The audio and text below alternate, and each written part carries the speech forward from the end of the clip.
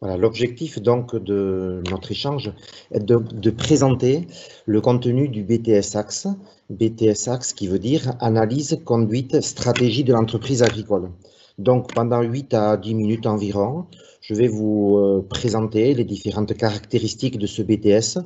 Vous pourrez donc au fur et à mesure de la présentation poser vos questions sur le chat et à l'issue des 10 minutes, je pourrai répondre aux différentes questions que vous vous posez, quoi. Voilà. Donc, le BTS Axe fait partie des 5 BTS présents au lycée Éricard. Il y a un BTS Gestion et protection de la nature qui tourne autour de l'environnement, un BTS Sciences et technologies des aliments qui tourne autour de la transformation des produits alimentaires et tout ce que revêt la qualité des produits agroalimentaires. Il y a un troisième BTS qui tourne autour de la commercialisation des produits et un dernier BTS qui tourne autour donc des analyses en laboratoire. Et donc moi je vais me concentrer à vous présenter donc les caractéristiques du BTS Axe. Ce BTS est le BTS que les jeunes qui veulent travailler donc sur les exploitations familiales, qui veulent s'installer sur les exploitations familiales ou hors de la famille, suivent. Mais c'est également le BTS que les jeunes qui veulent travailler dans les organismes agricoles suivent. En effet, quand on regarde le contenu de la formation, les différents modules abordent beaucoup de domaines, ce qui en fait donc un BTS relativement complet dans le domaine agricole et tout ce qui tourne autour de l'agriculture. Et tout le monde sera d'accord pour dire également que pour travailler dans les organismes agricoles qui gravitent autour de l'exploitation agricole, il faut donc connaître le fonctionnement d'une exploitation agricole, quels sont donc les objectifs liés, les finalités que l'exploitation ou que l'exploitant se donne, quelles sont les décisions qu'ils ont prises au fur et à mesure donc des années écoulées. Il faut savoir mettre en place de nouveaux ateliers, il faut savoir conduire d'un point de vue technique les différents ateliers et il faut savoir également manager tous les chiffres parce que au jour d'aujourd'hui, l'objectif quand même dans une ferme est considérée comme une entreprise, est d'arriver à dégager un revenu suffisant pour faire fonctionner l'exploitation. Et donc, la connaissance des chiffres est plus que primordiale, quoi. Et donc, sur cette diapositive, j'ai mentionné simplement quelques corps de métier, donc centre de gestion, salarié agricole, technicien d'élevage, travailler dans les assurances ou dans la banque, mais bien entendu, être également agriculteur. Alors, si on se penche un peu sur le contenu de la formation, je pourrais donc mettre en évidence différentes idées, quoi. 30% de la formation est constituée par des modules à caractère plutôt généraux, on va dire. C'est de la communication, c'est de l'économie, c'est une langue, c'est l'EPS, l'éducation physique et sportive, c'est les maths et l'informatique, on va dire. Tout ça, cela ne constitue que 30% de la formation. Et les 70 autres pourcents de la formation sont constitués par des modules spécifiques au BTS Axe, modules que l'on retrouve également, ou domaines que l'on retrouve également en baccalauréat professionnel, en baccalauréat technologique STAV, même si les notions de gestion comptabilité sont peu vues en BTS STAV. Mais en bac pro, c'est plus que vu. Et donc, le BTS Axe est bien une continuité de ce que l'on peut voir en baccalauréat professionnel, de ce que l'on peut voir également en bac technologique.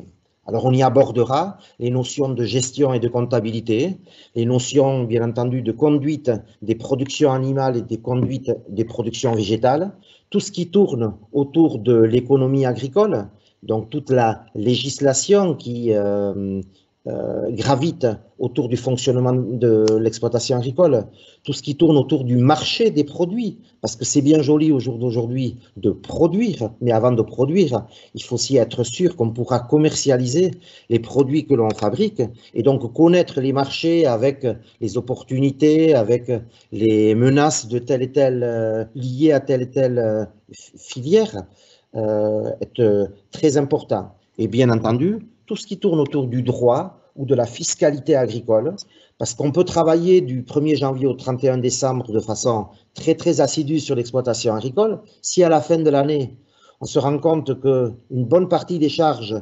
doivent être versées à l'État parce qu'on n'a pas bien géré choisi le type le statut de l'exploitation agricole, le statut fiscal de l'exploitation agricole, eh bien on sera un peu déçu de notre fonctionnement et forcément le revenu de l'exploitation s'en trouvera empiété.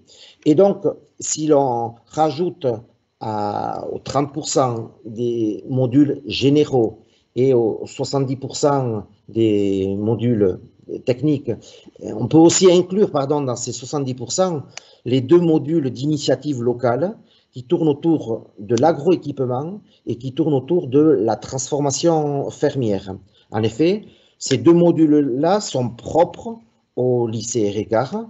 Autant tous les autres modules sont quelque part dictés par un référentiel, et donc ce sont des choses plus ou moins communes à tous les lycées qui proposent le BTS Axe. Par contre, ces 2 modules-là, qui tournent autour de l'agroéquipement et de la transformation des produits, sont des modules qui ont été donc à l'initiative du lycée, et donc qui, pour un total de 87 heures, apportent un certain nombre de notions sur le machinisme agricole et ainsi que sur la transformation des produits. Chacun sait qu'au jour d'aujourd'hui, sur une ferme, le volet entretien des équipements doit également être maîtrisé. Et puis, beaucoup de jeunes se tournent dans le cadre de leur projet d'installation sur des notions de transformation de produits. Et donc, il est intéressant de montrer, grâce à un outil qui est présent au lycée Ricard, la plateforme technologique, comment concrètement on fabrique du fromage, comment on fabrique des jus de fruits, comment on peut transformer de la viande bovine, par exemple, et ainsi de suite, pour un certain nombre de produits, quoi. Et les jeunes sont très attachés à ces modules-là parce qu'ils sont complémentaires à ce que je viens d'évoquer juste avant, quoi. Et donc, bien entendu, vous imaginerez bien que être en BTS au lycée Ricard, cela ne veut pas dire rentrer dans une classe le lundi matin à 8h30 et puis en fin de journée en sortir à 17h30 avec des cours exclusivement théoriques, quoi. L'objectif de la formation est bien entendu d'aller sur le terrain, rencontrer les professionnels, rencontrer les agriculteurs. Les jeunes sont mis également ou sont confrontés à des travaux qui leur sont, entre guillemets, commandés par des porteurs de projets, qui sont bien souvent les agriculteurs, mais qui peuvent également être des organismes agricoles. Et donc, cette diapositive vous présente un peu quelques exemples d'activités que les jeunes ont ces dernières années menées dans le cadre de leur formation. Bien entendu, il y a un certain nombre de cours théoriques dans tous les modules, des cours qui ont lieu bien entendu en classe, mais il y a également beaucoup d'activités sur le terrain. Et puis on rajoute à cette présentation le volet stage. Autant les jeunes qui sont issus d'un bac technologique n'ont réalisé dans leur formation qu'un nombre limité de semaines de stage, autant les jeunes qui ont suivi un baccalauréat professionnel ont, eux, suivi une bonne quinzaine de semaines de stage quand on intègre la classe de seconde professionnelle. Mais en BTS Axe également, le nombre de semaines de stage est important.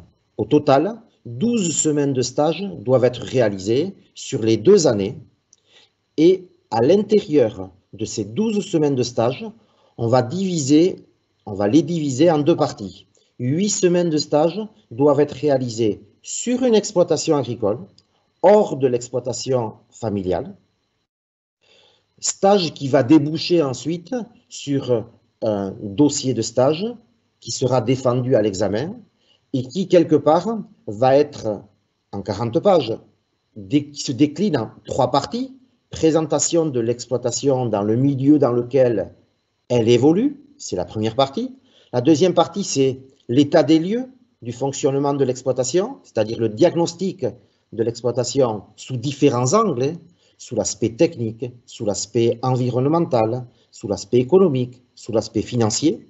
Et à l'issue de ce diagnostic, ben, une fois que l'on sait qu'est-ce qui marche pas, et en tenant compte des menaces qui peuvent être mises en évidence, mais également des opportunités mises en évidence, il faut développer un projet sur cette exploitation en cohérence avec cet état des lieux, en cohérence avec ce diagnostic.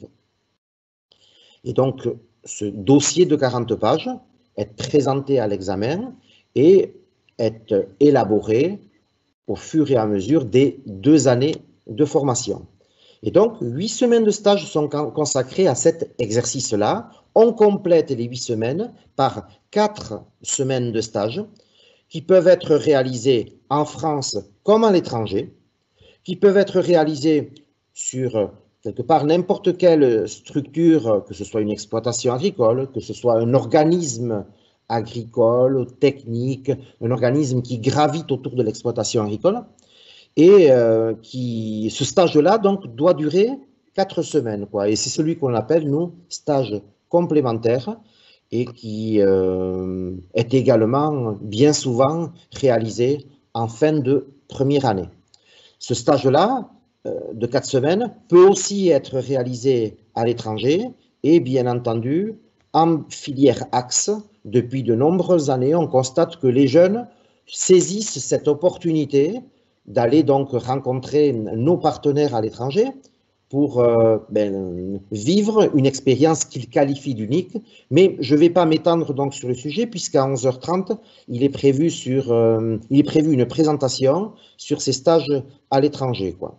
Je dirais simplement en montrant cette diapositive qui date déjà puisqu'elle recense les mobilités qui ont eu lieu entre les années 2000 et les années 2008, que finalement, chaque année, nos étudiants en BTS Axe ont visité je ne sais combien de pays et quand je dis qu'ils saisissent bien cette opportunité, c'est bien entendu pour aller relativement loin, puisqu'ils se disent tant qu'à aller à l'étranger, autant le faire quand je suis jeune. Finalement, dans quelques années, quand je serai sur le milieu du travail, eh bien, peut-être que je n'aurai pas le temps matériel de pouvoir le faire, quoi. Voilà.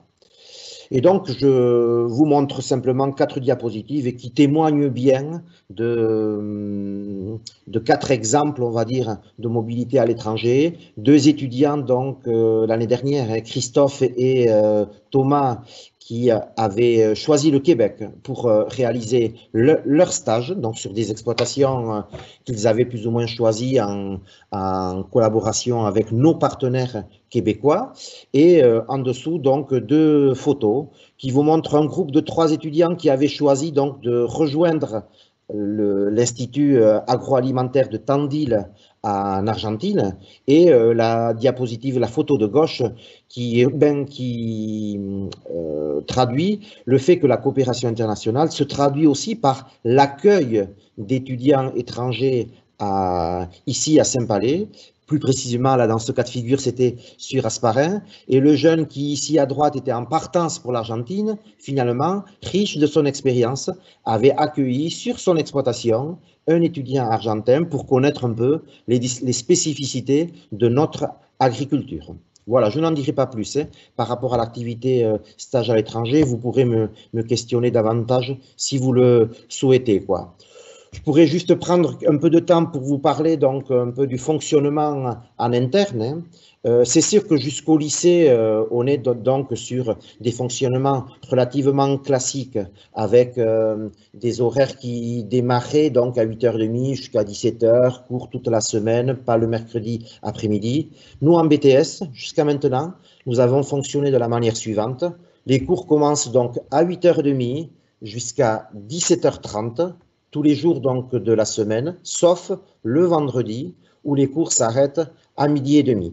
Après, il arrive des fois, cela reste quand même relativement restreint, qu'il y ait cours le vendredi après-midi parce que certains intervenants sont peut-être disponibles uniquement sur cette période-là ou que les étudiants ont une activité qui les amène à être dans l'établissement sur cette demi-journée-là, mais la majeure partie du temps, les cours vont donc du lundi matin au vendredi 12h30. Deuxième idée que je voulais évoquer, c'est que les enseignements, certes, je les ai un peu évoqués tout à l'heure. Les thèmes des enseignements, je vous les ai déjà évoqués, mais les emplois du temps sont relativement changeants chaque semaine, et donc l'on s'adapte aux souhaits, aux désirata des enseignants, de manière à pouvoir répondre au maximum à des demandes extérieures, participer à des interventions extérieures. Et donc, ce côté-là, le fait d'avoir des plannings mobiles nous permet donc d'être présents à droite, à gauche, sans difficulté. Une grosse place est faite également aux travaux de groupe, aux travaux d'autonomie également. Certes, il y a des cours face à face avec les enseignants, mais également l'autonomie, l'apprentissage de l'autonomie est important, et donc une place également importante dans les plannings pour ce volet-là, quoi. Et donc, j'insiste bien également sur le fait connaître finalement à 2 ans de l'insertion professionnelle, hein, pour un certain nombre de 3 ans de l'insertion professionnelle, pour un certain nombre d'étudiants, il s'agit bien d'une formation professionnelle, une formation professionnalisante qui permet ensuite aux jeunes d'être plus réactifs possible par rapport au milieu du travail, quoi. Et bien entendu, tout ça combiné fait que finalement, nous n'avons pas à rougir des résultats que l'on obtient. Certes, c'est lié à notre fonctionnement, à nous en interne, mais c'est également lié au fonctionnement, quelque part, des étudiants qui font confiance aux équipes pédagogiques, qui, quelque part, ont de l'expérience. Et donc, si l'on regarde là, et j'ai pris finalement au hasard, et je n'ai pas inséré l'année 2016 parce que les résultats n'étaient pas bons, hein, c'est pas du tout pour ça, mais si on regarde sur plusieurs années les résultats obtenus, on peut voir que quelles que soient les filières présentes au lycée Ricard, les résultats sont bons et supérieurs aux moyennes nationales de ces différents BTS. Je n'ai pas figuré l'année 2020 parce que lié à la crise sanitaire, les résultats étaient particuliers, on va dire, donc peut-être pas représentatifs d'une moyenne pluriannuelle, quoi. Voilà. Maintenant, je terminerai par cette dernière diapositive, hein, en vous disant que à l'issue du BTS Axe, voilà, une promotion de BTS Axe au lycée Ricard est composée de 20 à 25 étudiants. Et donc, ça reste quand même des effectifs relativement convenables, on va dire, très abordables. Et la majeure partie de nos étudiants sont des filles d'agriculteurs dont le projet est d'intégrer l'exploitation familiale à court terme, on va dire, à moyen terme. Et donc, on a 50% d'une formation qui va à moyen terme intégrer donc la vie active, la vie professionnelle, s'installer sur l'exploitation familiale, voire hors cadre familial, mais un certain nombre de jeunes également choisissent à l'issue du BTS Axe de poursuivre leur formation. Alors, rarement ce sont des formations longues, hein, donc on a peu d'étudiants qui intègrent des écoles d'ingénieurs ou qui intègrent des universités. Ce sera davantage des poursuites en licence professionnelle, pratiquement 40% des étudiants d'une promotion, une licence professionnelle donc sur une année, hein, pour se spécialiser dans un domaine bien précis, qui peuvent très bien être le conseil auprès des organismes agricoles, qui peuvent très bien être une licence professionnelle autour de la valorisation, de la transformation et de la valorisation des produits, qui peuvent très bien être également une licence professionnelle autour de la commercialisation des produits agroalimentaires et des produits de l'agrodistribution. À ce sujet, donc, le lycée Ricard propose, en partenariat avec l'IUT, avec l'Université de Bayonne, une licence professionnelle dans ce domaine-là. Et puis, on a un certain nombre d'étudiants également, ils ne sont pas si nombreux que ça, qui choisissent non pas une licence professionnelle, mais un certificat de spécialisation, c'est-à-dire je me spécialise sur 3 mois, sur 4 mois, sur un thème précis qui peuvent être de la comptabilité, qui peuvent être de la technique ovine ou bovine, et ça correspond donc pleinement à leur formation, quoi, et à leur projet professionnel, quoi. Voilà, j'en ai terminé donc pour la présentation que je voulais vous faire. Je suis prêt donc à répondre à vos différentes questions. Je voulais simplement juste vous dire que le 27 février prochain, donc, il vous sera donc proposé des portes ouvertes, mais sur rendez-vous au lycée agricole. Et donc, via notre site internet, vous aurez la possibilité de planifier vos rendez-vous, de positionner, de choisir des horaires de manière donc à faciliter les échanges que l'on pourra avoir avec vous. Voilà, je vous remercie.